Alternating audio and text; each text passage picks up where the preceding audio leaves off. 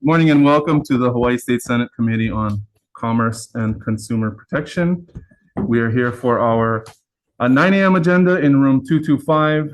This is to consider for advise and consent Nadine Ondo to the Office of Director of the Department of Commerce and Consumer Affairs. We're reconvening this hearing to allow for more question and answer from the members because we ran short at the nominees' prior hearing. Public testimony has already been taken, so this is a question and answer hearing only. In the event that this hearing must abruptly end due to technical difficulties, we will, acknowledging the schedule and the deadlines, we'd like to vote on this nomination today. And so we will try to reconvene as soon as possible. So with that said, I think what we'll do to open up is we'll have the nominee come back up and give a brief follow-up statement, just a couple of minutes, and then we can, hopefully that will have the members primed for the questions that we were unable to get to at the last hearing. Good morning.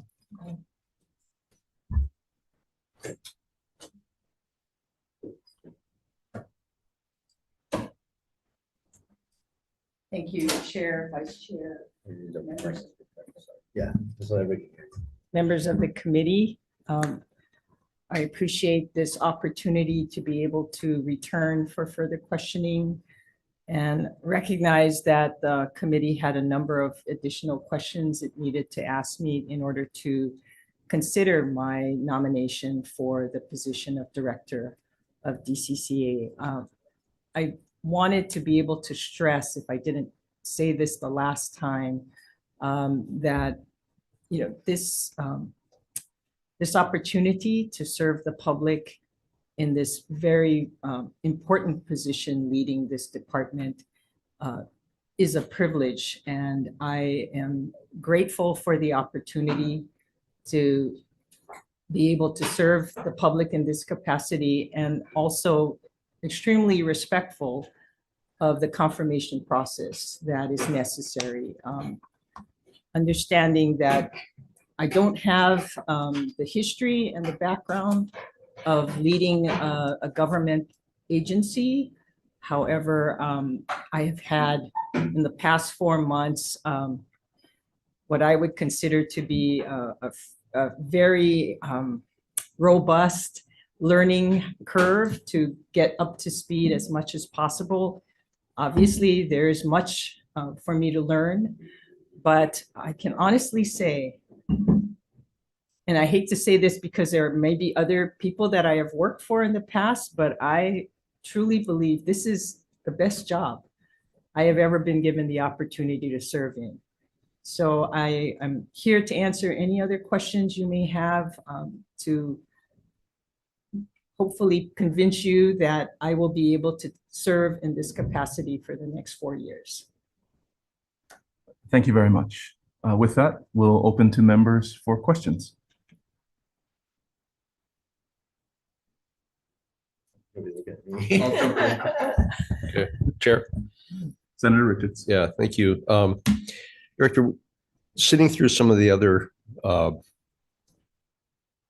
conversations and hearings, we were discussing with other professions that are regulated, and we had talked about the regulatory side, but we also talked about the recruiting or building side. Can you make any comments on that? Looking at DCCA, not just as a regulatory side, but also perhaps a agency that will help facilitate and or create opportunity. Could you just comment on your thoughts on that, please?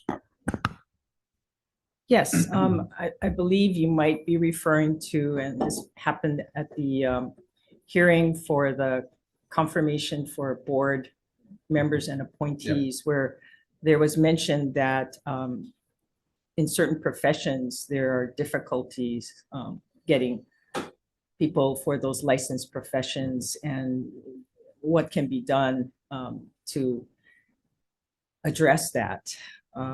And I think we are looking at, and what we could do as a department would be to consider whether there are ways that we could either streamline or reduce the licensing requirements, to make it more accessible for individuals who want to consider working in those professions in Hawaii, to see that it would be easier for them to be able to get licensed here. And perhaps that might create more opportunities for growth, because perhaps the licensing requirements or the time frame needed to get a license here is discouraging.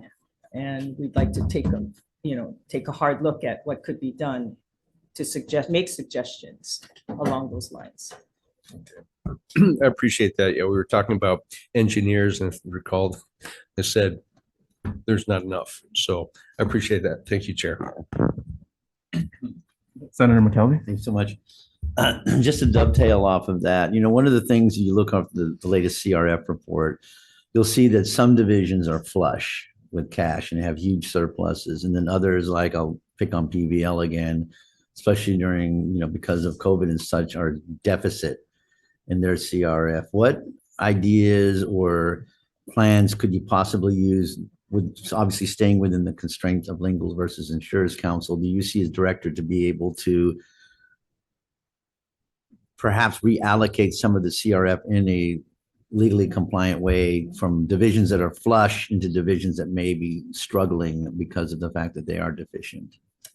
We have started talking about that and having discussions about, historically what might have been able to be done. When you're right, certain divisions seem to have large reserves built up, and when that happens, for example, I know that our business registration department some years ago went to the governor to reduce fees because they had so much money coming in. But as I understand it, part of the issue is each division is kind of looked upon as their own for purposes of expenses and revenues separately. And so we have some constraints in taking, say, for example, revenues out of one division and putting it into another one that is short. But what has been done, as I understand it, is each division has to pay whatever percentage it is for overhead, for administrative expense of the department. And I understand that that component of what has to be paid can be covered by another division. So it gives some aspect of relief. But certainly we would look into any other, anything else we might be able to do legally to be able to address that type of disparity in the revenue stream and their ability to look ahead at being able to cover their expenses in the future.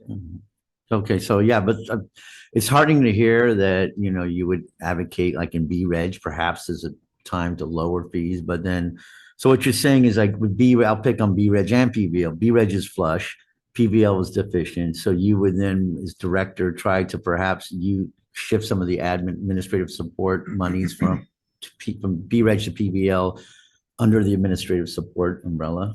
Yes. Okay, very good. The other thing is that, one of the historical, problems with the boards, which is brought up, is finding people to serve on them, right? And so given that, would you as the director look at perhaps shrinking the number of people on these boards as a way to be like, okay, because you can't have quorum. I mean, if you're not having quorum, the boards aren't meeting on a regular basis, then they're just sitting defunct and licenses aren't being applied for. Is that something as director that you would be looking at, perhaps? I'm thinking that if, for example, rulemaking is part of what has to be done whenever a commission is set up. I don't know if there's something can be done to amend rules, if it means, reducing the number of board members to be able to fill the positions and get quorum so that the boards can do their work. But I feel that when we're having difficulty filling board positions, that may also be indicative of a need perhaps to take a hard look at that particular profession in terms of its regulation, in terms of whether or not there's a need to have a commission, and whether or not it's possible to be looking at that particular profession as converting it to a program instead of, I don't want to say downgrading it, but converting it from a full commission to a program, which would not require having board members. It would just be run by an executive officer, would end up reducing the license fees for those licensees in that profession, and also address workload issues for PBL staff. So it's something, to me, it's symptomatic when it's difficult to find board members for a particular board of something we might want to take a look at as an underlying issue. Oh, very good to hear. And then just two more things, Chair, if I may wrap it up. One of the issues that's come up has been, a lot of times we in the legislature try to affect policy, and we run into opposition from the various divisions and such. And there's one of the instances has been there's several bills this year which are looking to expand existing regulatory frameworks. But however, they're being represented by the DCCA is creating brand new regulatory frameworks, and thus the need for a sunrise analysis has to happen, and that it's being represented that sunrise analysis has to happen no matter what, not obviating the fact in 26H that there is a public policy, finding mechanism in there. So I guess that as a director, when these public policy bills come up, will you be willing to, say the legislature has a strong view on one end and the division has a strong view on the other end? How do you see your role in trying to reconcile the public policy we're advocating with the position of the divisions themselves? Well, in my view, and I think sitting in that position as an oversight over all the divisions,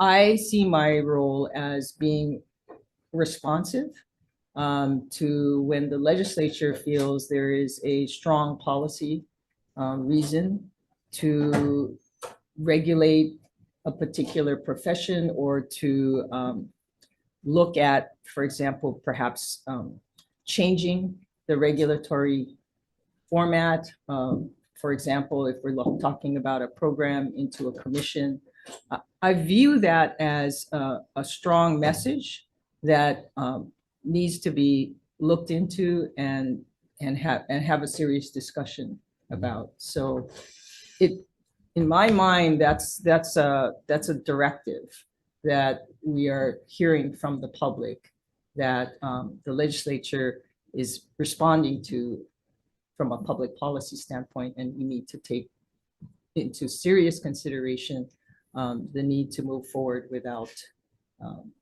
having those types of divisional resistance to proceed. Okay, and then finally, article just came out in Civil Beat today about 514B and the use of associations, use of firms to basically do what has been considered punitive letters and with very high fees that are then legally now under the law charged to the condo owners themselves, which is now steamrolled into huge fees, legal fees being piled upon condo owners that then, after mandatory mediation is over, can be accelerated by the board and then used to non-judicially foreclose. There was efforts in the past to introduce legislation to correct this, to step in and to prohibit this practice or modify it. And these are attorneys that you work with, your firms have worked with in the past. So should a bills like this come forward, either from the working group considered or by the legislature, do you feel that your relationship with them as an attorney before would be problematic insofar as trying to advance legislation, which they might be vehemently opposed to because it cuts against their interests? I would see no reason why any prior work relationship I might have had in the past with these firms would have any impact whatsoever on how I would view legislation and the need for legislation to address these practices. Okay, thank you. And then what tiny little question. Part of, you are brand new. I appreciate your candid honesty. You haven't run a government agency, you haven't been in government. This is a behemoth of an agency. Like basically, congratulations, you're captain of the Titanic now. But part of it is addressing, if you're a new captain, it's surrounding yourself with people who've been captains of large vessels before, in whatever capacity they may be willing to serve. Do you think that you're able to, in addressing these, historic, I don't want to use the word deficiencies, but lack of experience in these areas, that you're able to assemble a team of people in whatever capacity to help advise, assist, mentor, and so you can kind of really grow into this job quickly? Absolutely. I think it goes back to the whole idea of, if you think you know everything, you know nothing. Mhm. I mean, I very much appreciate the willingness of people who have the background and experience and historic knowledge necessary to be able to help me get up to speed as quickly as possible to run this department. Relationships and past relationships I've had with people are really, I think, the core of whatever success I have had in the past in my career. And that is one of the most important things, is to have a team of people that I can rely on to help move me forward. So I absolutely endorse the idea of that. If they're willing to help me, I embrace that. Well, thank you so much. Thank you, Chair. And I really, out of all the questions, that last one is the most important, and I appreciate your answer to that. So, Chair, thank you so much. I'm done. Members, any other?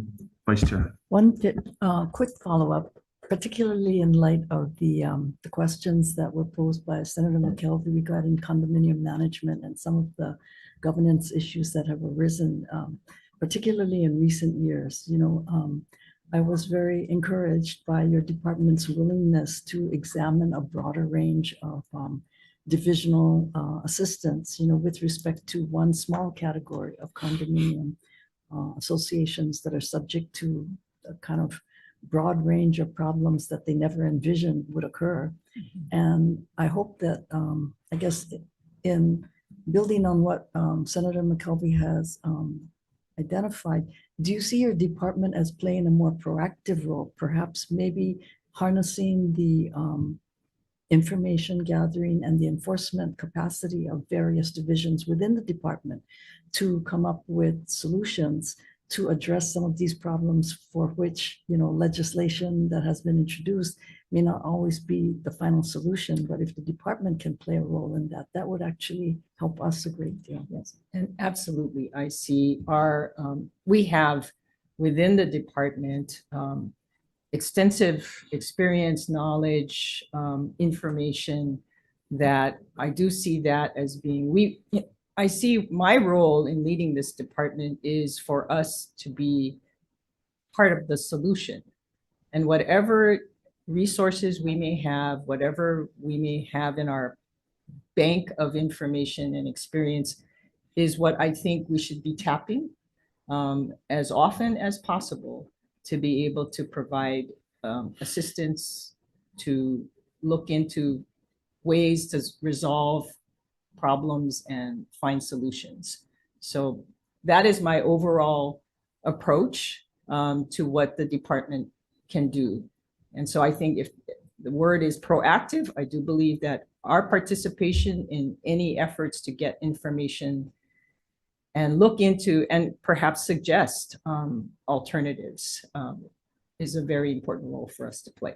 Okay, well, thank you. We look forward to finding those new pathways. Thank you, Chair. Members?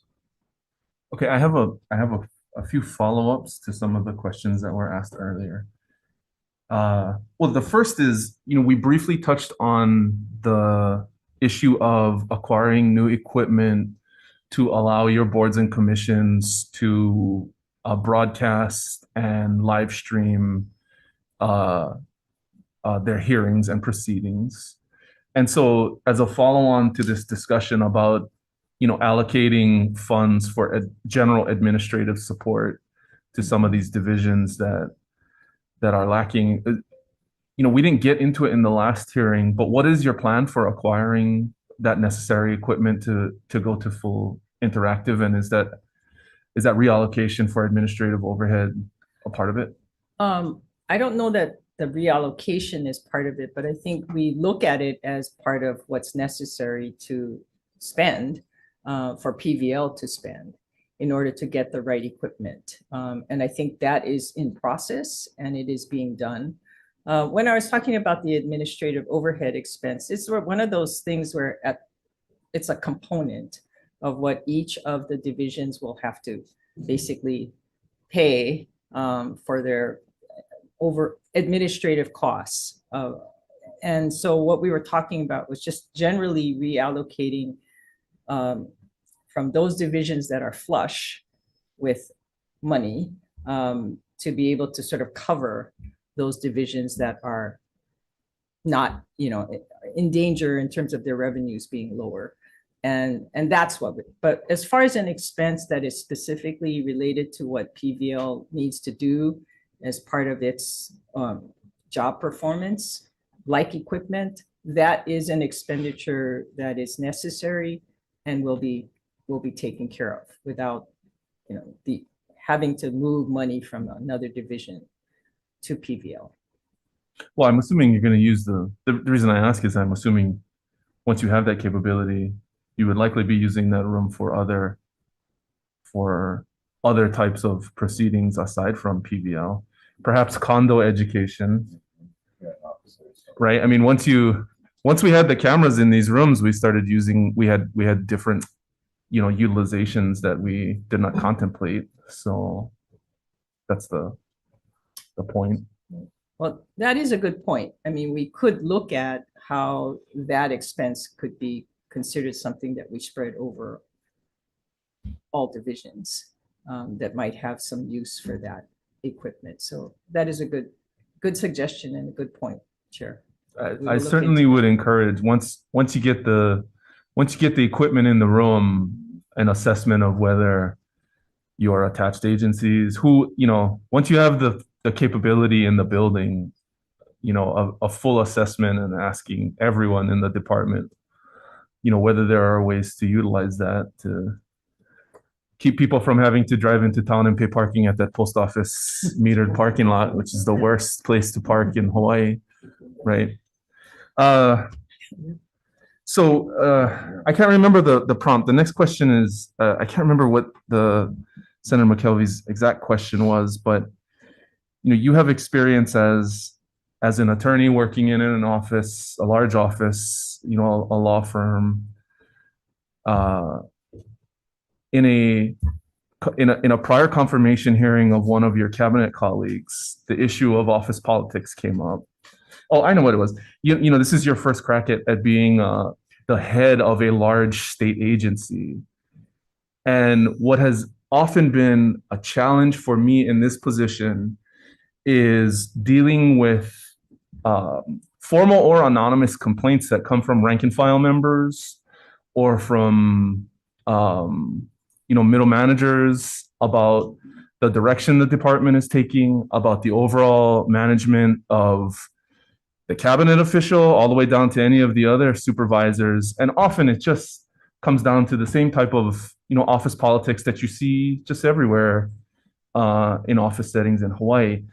That has real implication for us when we have to make policy decisions about your department, and we're getting conflicting information, or people are coming to us and telling us that the direction a division or the director is taking is wrong.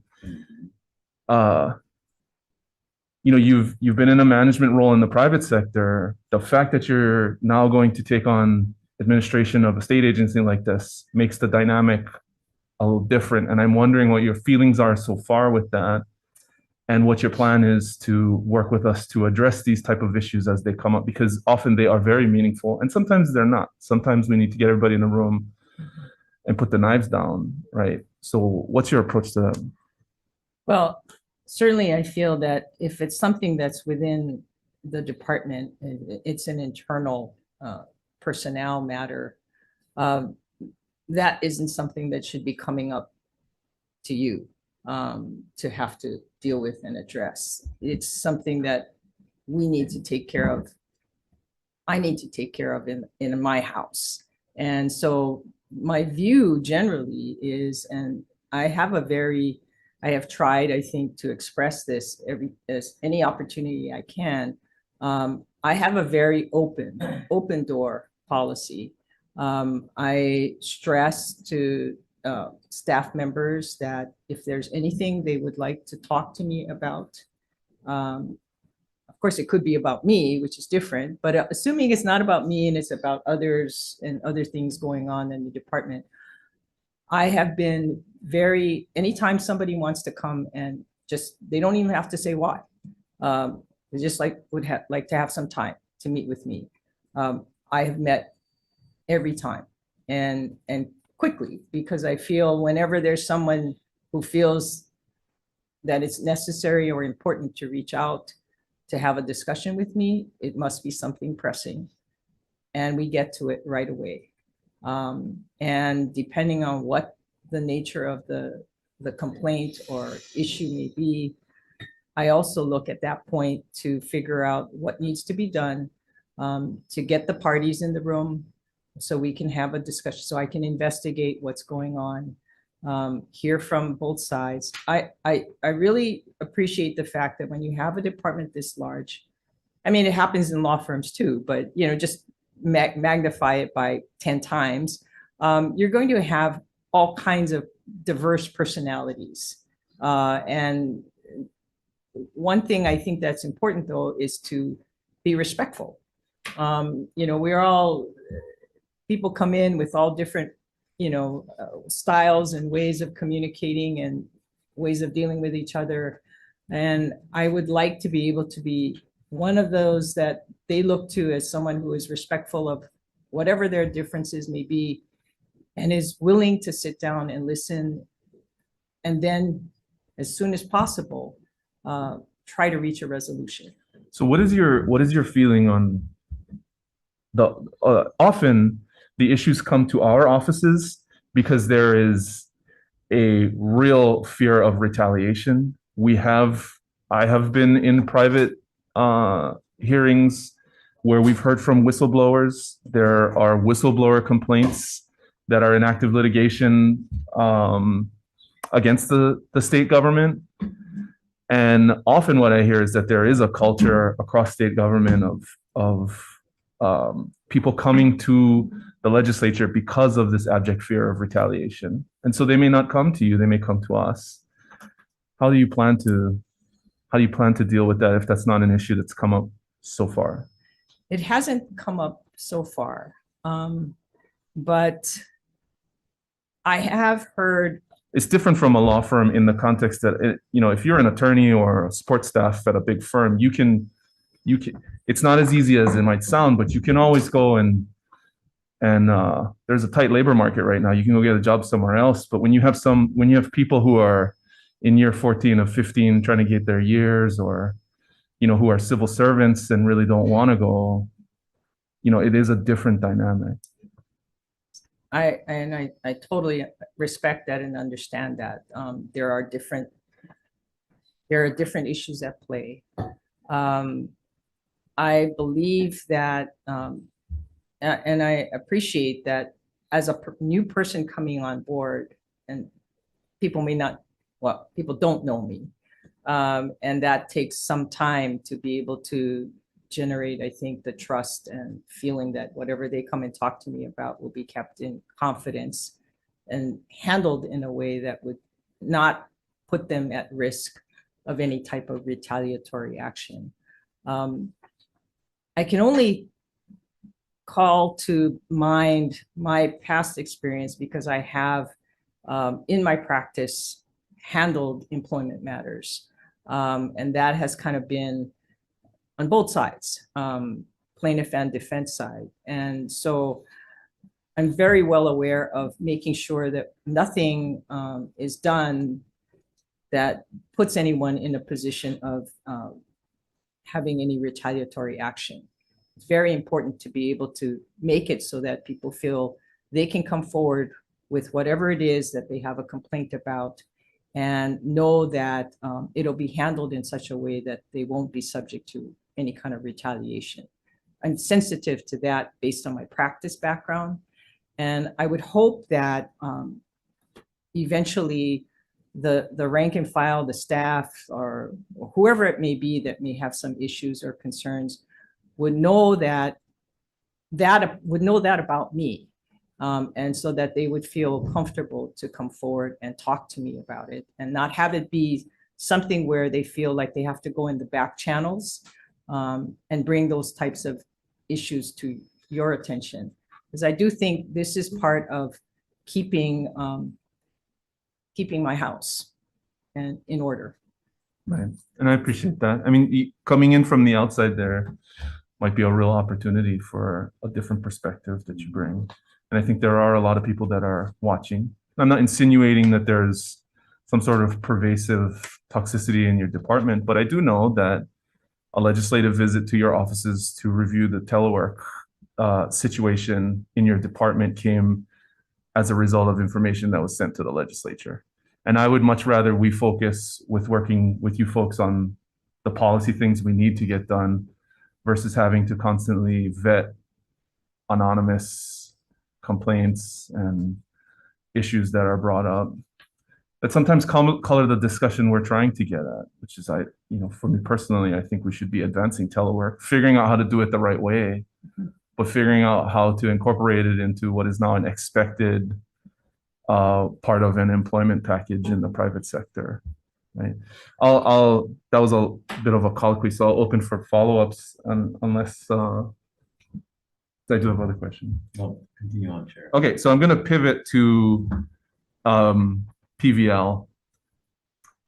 We got a little bit into it, but I would like your take on, we've set up the licensing regime the way we have for a reason, and it's because I think we have a unique public interest in protecting the public from unscrupulous characters who can just leave the island and never come back. But we have received rampant complaints about how long it takes, often how confusing it is, the lack of clarity on issues related to the process. What is your assessment of the strengths and weaknesses of PVL, and what is your plan to address some of the concerns?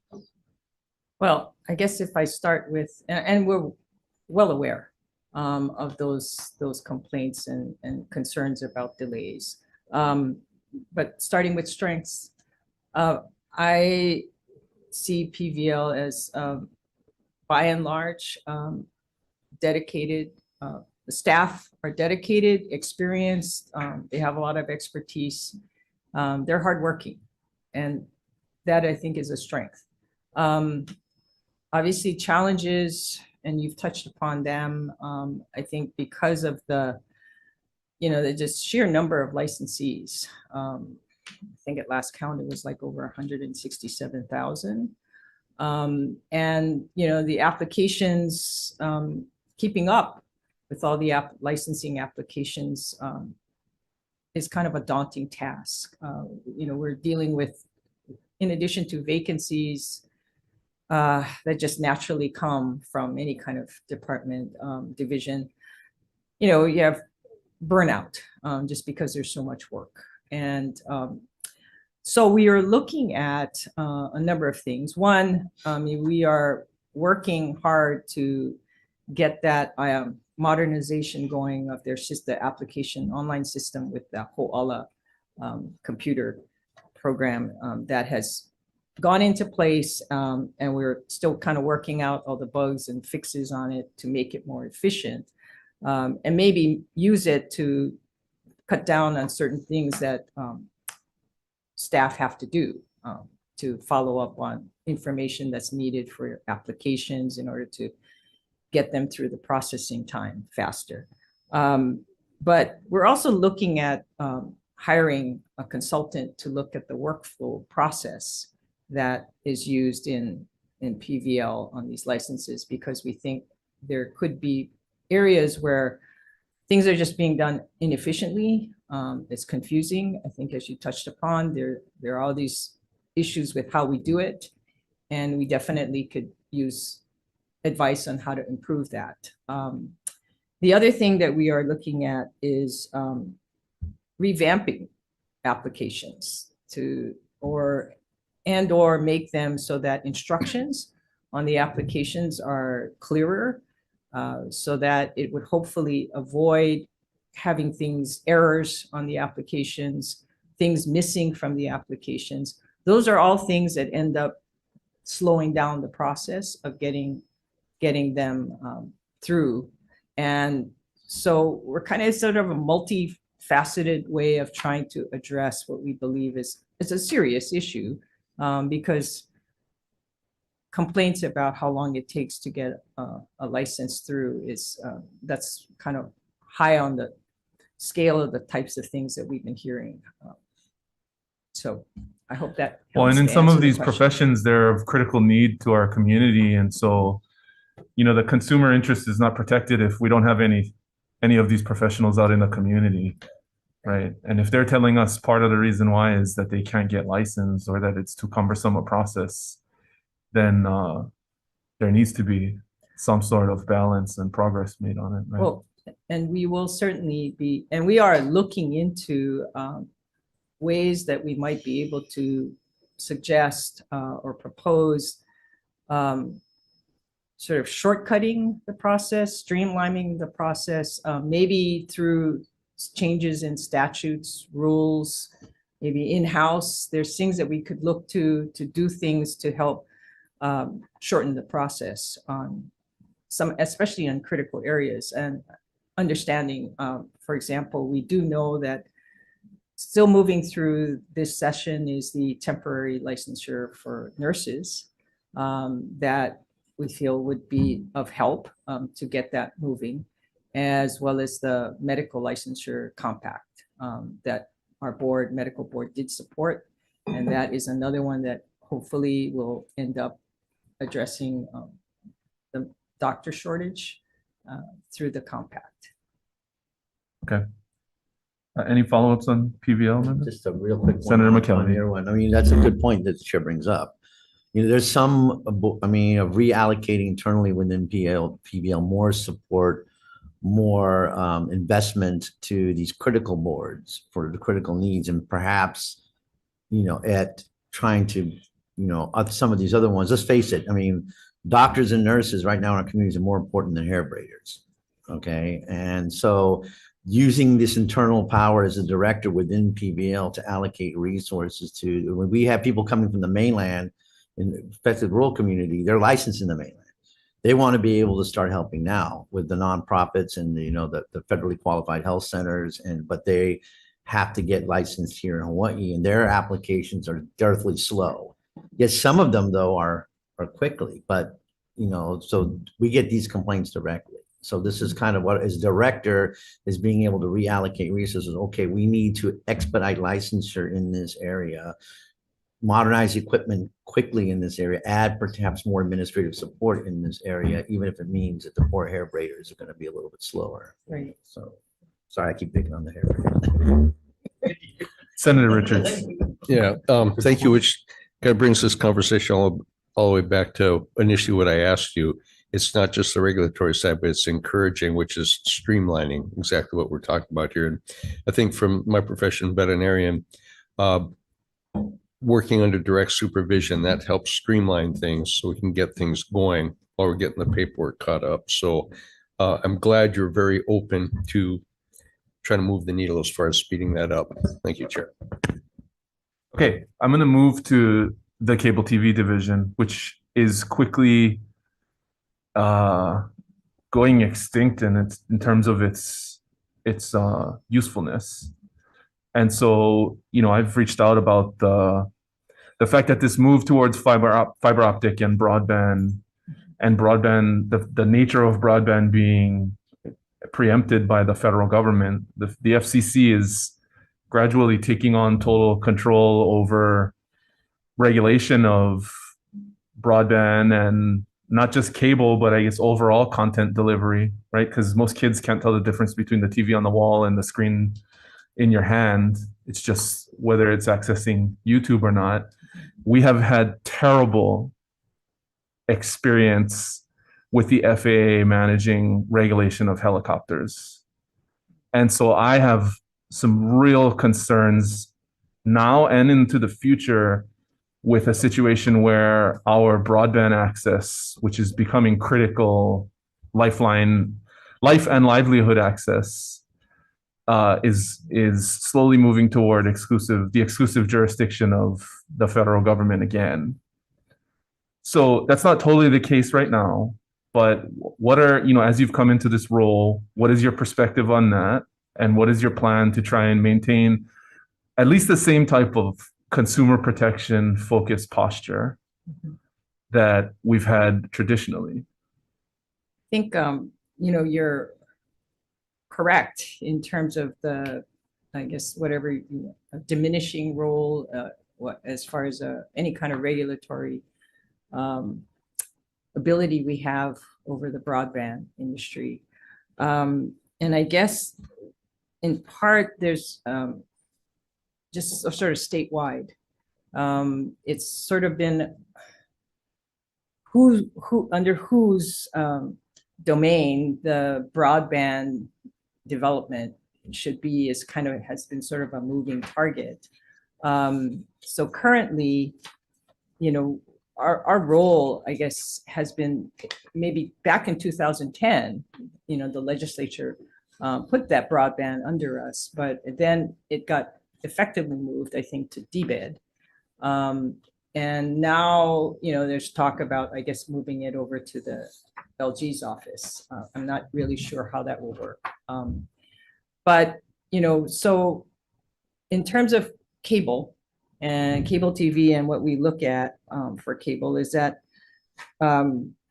we will continue to work on any initiatives that we can help with to promote and facilitate access for broadband and improvement, particularly identifying unserved or underserved areas in our state, so that this goes to the whole issue of digital equity to enable. So make sure that whatever areas need to have more infrastructure, anything that would help to get more access. Those are the kinds of things that we are focusing on and working with the DBED as well as UH, who is kind of managing the effort to get federal funding from various programs that are available to the state, to work with them to be able to move that along, because there are programs for digital equity, for example, that we could get substantial federal funds for. So that's what I think our focus has been, to work with these other agencies like UH and DBED to be able to get more funding into the state to help enhance broadband capability and access. Vice Chair. If I could perhaps follow up on, the chair's point, I think one important role that the department could proceed with is really maintaining, the kind of universal service commitment, which was in the original legislation. Because in Hawaii, because we are so remote, we included, very specific requirements for universal service. And in the past, most of that was paid for through cable franchise fees. But in looking at what the role of the department should be as we look at universal service, it's not simply lifeline telephones, but it's really in terms of translating, that universal service component into a way that we can move forward, protecting the public interest and maybe diversifying the range of financing alternatives that help fund that. Because from DBED standpoint, or UH, et cetera, I think they have specific parts of the overall mission, which is education in terms of public safety and other kinds of purposes. But your department is the one that is really tasked with the consumer public interest. So it's more, I think, a financing, type of shift that has occurred. So even though, the federal broadband side has really shifted a lot of the initial focus, because we're focusing on deployment at this point, but protecting the public interest, I think, is really part of what, your department is uniquely situated to be able to continue. And I appreciate your thoughts on what we need to do to kind of refocus our efforts. And it is something that I will be talking with our cable TV people about what we can do to kind of expand and perhaps reshift what our focus will be for on the consumer side. Yeah, just to maybe finish up the thought, and then I'll open for other questions on this or anything else. In a prior time, the cable franchise fee, the cable franchise was used to require cable TV access in HANA, because the industry at that time was not willing, and maybe the economics did not work to allow for cable TV access to be brought to HANA. And HANA is not the only remote community in Hawaii. And the fact that we have other providers who may not require a cable franchise from the DCCA does not eliminate the necessity to have some sort of hook like that.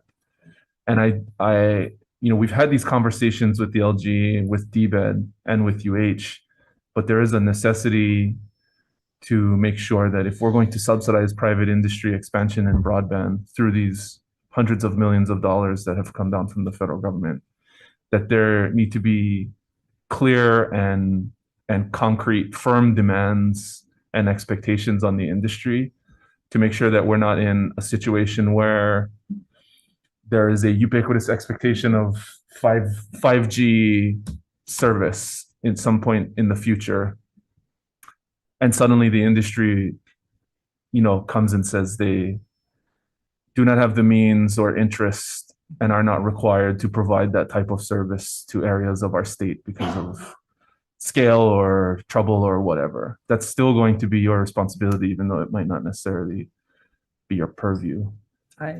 I completely understand that. And I think our mission obviously is to be working towards facilitating access to underserved or unserved communities in the state. And I think that is sort of, priority number one.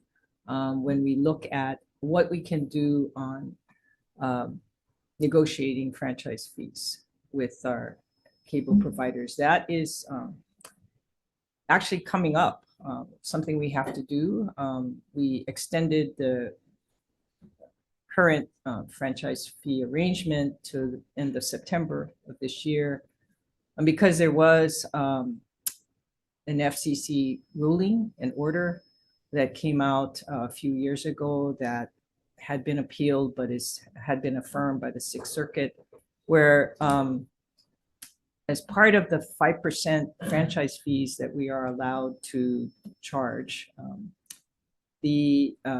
some component of those fees have to be made up of what are called in-kind contributions that have been made by the cable provider. And in this case, it deals with the infrastructure and the maintenance for INET, and how that is going to be factored into how, what that 5% will be is still something that has to be discussed. And so that's another complication, but part of our negotiation would be, which I think we have done in the past, included areas that we think we need to get their commitment to do something to provide for infrastructure. And part of that had been in the course of negotiation on the fee.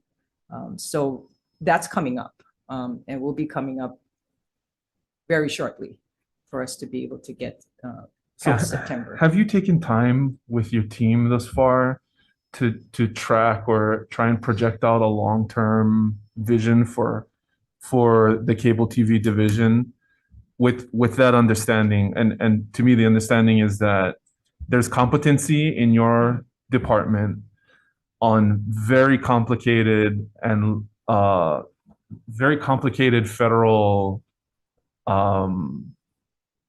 state, regulatory regimes when it comes to this area, that it's not necessarily DBED's kuleana, right?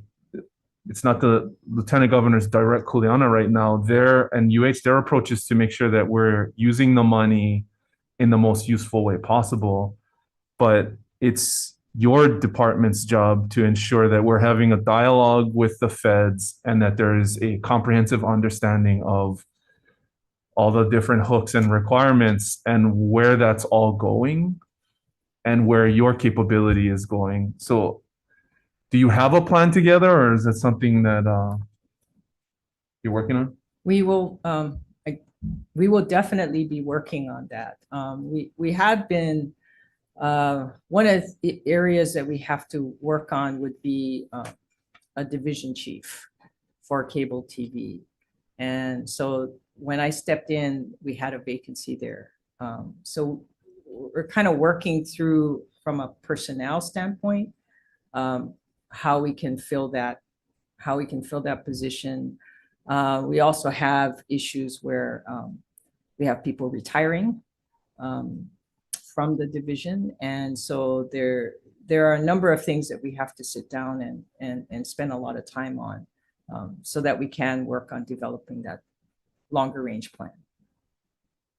Yeah, that type of institutional memory is, I think, going to be critical in making sure that we're postured appropriately in the future, because the future happens really fast in this area.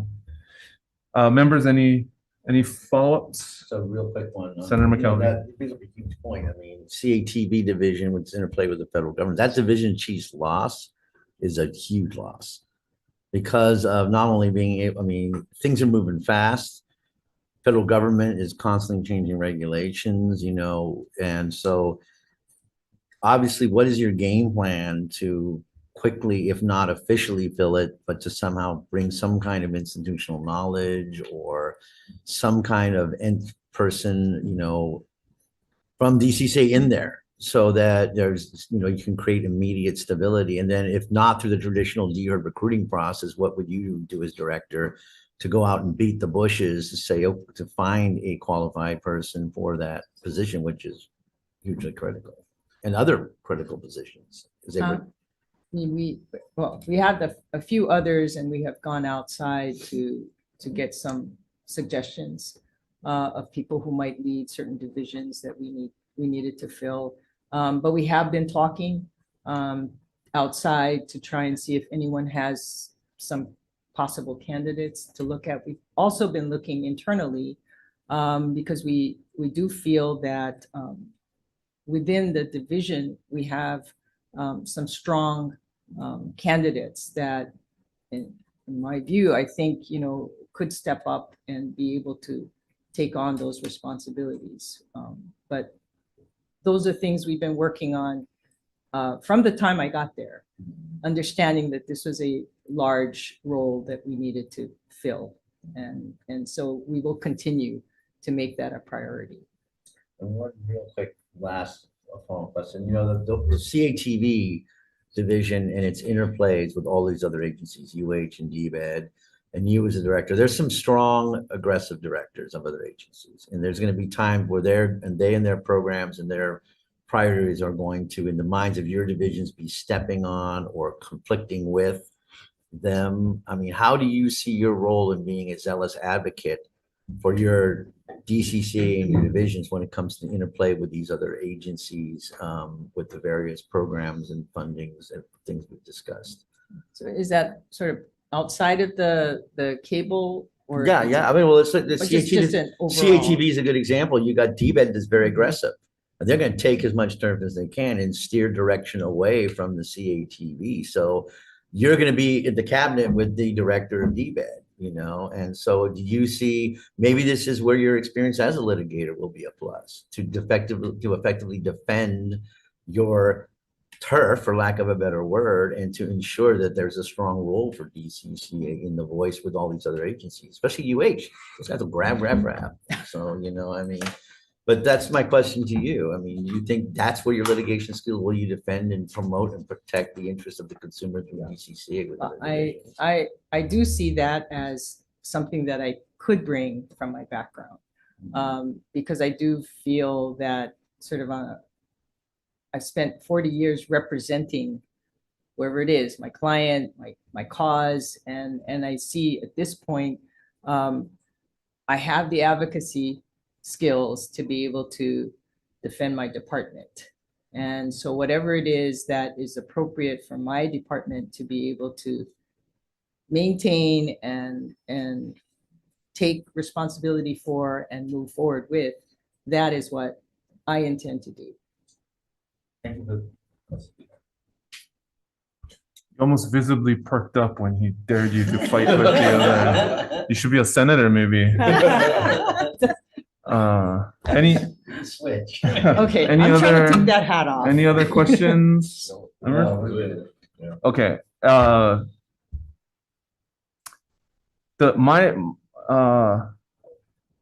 Well, we'll move. Okay, let's move to telework. We had a discussion about it last time. We've had multiple conversations among the members. Can you bring us up to speed on what work is being done with telework and what your plans are in the future? Thank you, Chair. You know, I think when I last came and spoke to the committee, had mentioned the fact that we had put together a telework policy for the department. And we had a timeline that we were looking at implementing that in actually mid-April, which just passed.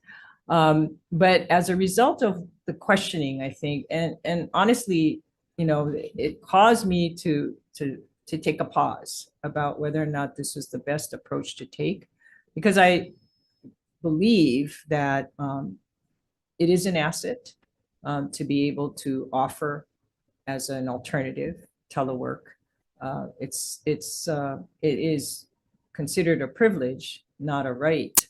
But I think we've seen how, I mean, just coincidentally around that time was when the city announced that they were going to have a pilot program, because understanding that they're trying to fill their vacancies using telework as a recruitment tool. So, you know, that's the time we live in. And I certainly appreciate the need to continue to offer it, and how best to work that into what we need to do and the services we need to perform for the consumer, for the public. You know, that's something that is on my mind in terms of how we mesh those two. And obviously the most important thing is to have performance metrics in place so that we will be able to determine whether when people are teleworking, they're able to perform their job responsibilities as well, if not better, when they're doing it remotely from home. And that is really what is, and I think you stressed this as well. I mean, that is the most important factor in terms of determining what kind of telework policy could work. So I have put a pause on that implementation date. But I haven't paused the fact that I would want all of the division chiefs to come in with their performance metrics that they're going to be using to determine whether or not employees within their divisions who are teleworking are able to perform their jobs. And that, I think, is the most important thing. We've asked them to make sure they get that to us by May 1st. And then, you know, in my view, we're going from there, because I did have a chance to speak with Tammy Lee after you had mentioned what the Department of Transportation was doing. I realized it would be important for me to get an idea of what other departments are doing along these lines to see what seems to work for them and how they're doing it. And so that helped me to kind of put things into perspective as well, knowing, of course, we do very different things from what the DOT does. And, you know, not all of their divisions are able to offer telework because of the nature of what they have to do. But understanding, I think, the idea that it is important it's a decision, I think, that from the division chief or a supervisor standpoint, you know, should be looked at because they're the ones who know, you know, which positions are such that people can telework in effectively, and their personnel, to know whether or not these are likely to be people who would be able to meet those performance metrics and successfully telework, however many days a week they think would be appropriate. So I'm looking at all of those things. In the meantime, everyone is still following whatever they were doing before. So division by division, they each had their own policies in place. And so that hasn't changed. So they continue to telework on the frequency they had been doing before. And nothing has changed that way. But I think the one important thing was we did not have any kind of consistency in terms of divisions coming up with performance metrics. That was something that wasn't there. And now we're going to be getting them. And that's going to be able to shape what the policy is. Okay. We go in this room till 10:30. We have a 10 a.m. agenda to vote on the nominees to the different DCCA boards and commissions. So what I'd like to do at this point is recess your hearing. I will gavel in and recess the decision-making on the nominees, and then we'll assess whether we're ready or whether we want to ask you a couple more questions. Okay? Recess.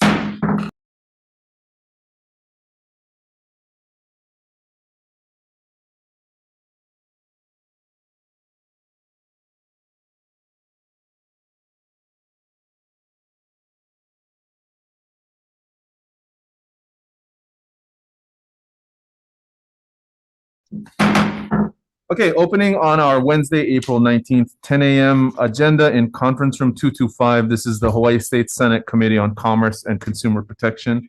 This is a follow-up decision-making on a number of governor's nominees to various boards and commissions within the DCCA. These nominations were heard and testimony was received in a hearing last week, and we are now making recommendations and voting on the specific nominations. After conferring with the members and hearing the public testimony, my recommendation is to advise and consent to the nomination of all of the nominees on this agenda. I'm going to read the governor's message numbers and their names, and we will be taking a recommended advise and consent vote on all of them in one motion. Members, any discussion? Okay, seeing none. The recommendation is to advise and consent to the nominations to the following governor's messages and individuals. GM 548, Jonathan Lau to the Board of Dentistry. GM 549, Craig Yamamoto to the Board of Dentistry. GM 550, Corinne Mal de Soto to the Board of Naturopathic Medicine. GM 588, Wallace Kojima to the Board of Optometry. GM 592, Jeffrey Stern to the Board of Psychology. GM 602, Elizabeth Ignacio to the Hawaii Medical Board. GM 603, Brandon Rabang to the Board of Pharmacy. GM 613, Andrew Sue to the Board of Dentistry. GM 615, Joyce Yamada to the Board of Dentistry. GM 616, Derek Yamane to the Real Estate Commission. GM 617, Robert Barrett to the Board of Electricians and Plumbers. GM 618, Robin Jumawan to the State Boxing Commission of Hawaii. GM 619, Patrick Adams to the Board of Pharmacy. GM 620, Catalina Cross to the Board of Pharmacy. GM 621, Carrie Oliveira to the State Board of Nursing. GM 622, Paul Allegado to the Contractors License Board. GM 623, Eric Higashihara to the Contractors License Board. GM 624, John Caudell Jr. to the Motor Vehicle Industry License Board. GM 626, Jonathan Montalvo to the Pest Control Board. GM 627, Howard Lau to the Board of Professional Engineers, Architects, Surveyors, Landscape Architects. GM 640, Shungman Wong to the Board of Electricians and Plumbers. GM 642, Randall Lau to the Contractors License Board.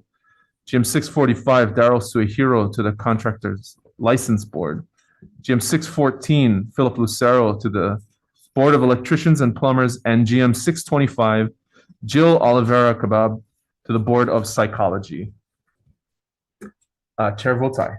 Okay, thank you. Vice Chair also votes aye. Senator McKelvey? Yes. Senator Richards? Senator Awad? Uh, Thank you. We're, All are adopted. question. How do I vote no on one of them? You can identify your no vote right now. Okay, so aye to all but GM 621, reasoning being is the Board of Nursing supports bringing in out-of-state nurses in compacts. I do not support that. I'd rather hire back the ones that we have. So no on 621, but yes for all others. So noted. Yep. You want to announce the Okay, the votes on GM 621 is all in the affirmative with the exception of Senator Awad's no vote. and all other members on all of them. All the rest are in the affirmative and the GMs are adopted. Okay, thank you very much. We will move directly into our 9 a.m. agenda. This is Governor's Message 508, Nadine Ando, for consideration and confirmation as the Director of the Department of Commerce and Consumer Affairs for a term to expire at noon on December 7th, 2026. To the nominee, I'd like to thank you very much for stepping forward to serve and for being responsive and working with us on the schedule and allowing us to bring you back again for additional Q&A to finish out the process. I appreciate your pedigree and experience in the private sector. I think that personally that outside perspective can sometimes be very valuable for a leadership position in a State Department. As you can see, we all care very much about the DCCA and the programs and the impact that it has on our constituents. And I have come to appreciate your willingness to have a dialogue with us and to dig into the issues and to speak candidly and sincerely with us. So my recommendation is to advise and consent to your nomination. Members, any discussion? Senator McKelvey. Soon to be director, I appreciate you came into this. I was pretty much opposed to this because of the issues that have been laid out there. But, we've talked about the fact that you have been working diligently with your divisions, with your chiefs. You recognize that as a director, you need to work with the legislature and with the public at large, the impact of your division will have. But I really appreciate the fact that you have gone ahead and have brought back those who have been an integral part of GCC in the past to help assist you to form this type of kitchen cabinet, if you will, to help you really learn and dig into it and to assist you in this endeavor. And so with that, I think going forward, because you've done that and your role as a litigator will serve you, particularly as a strong director, I'm very happy to support the chair's recommendation. So. Chair, quick Senator comment. Richards. Yeah, thank you. And soon to be chair. I appreciate your coming back and talking story and being very frank in the very frank conversations that we had about things, because I think going forward, that's what we need, and kind of shifting the focus and borrowing a little bit, kind of turning a battleship takes a while to get the direction, but you're willing to do that. And I think echoing off of what Chair was talking about, seeing the legislators as a resource to help moving the needle forward. So I'm be supporting you. Thank you, Chair. Members, any other comments or questions? Okay, seeing none, Vice Chair for the vote, Chair votes aye. Thank you. Vice Chair votes aye. Senator McKelvey. Yes. Senator Richards. Aye. Senator Awa. Aye. We are done. Congratulations. Congratulations. Congratulations, we're adjourned. Thank you.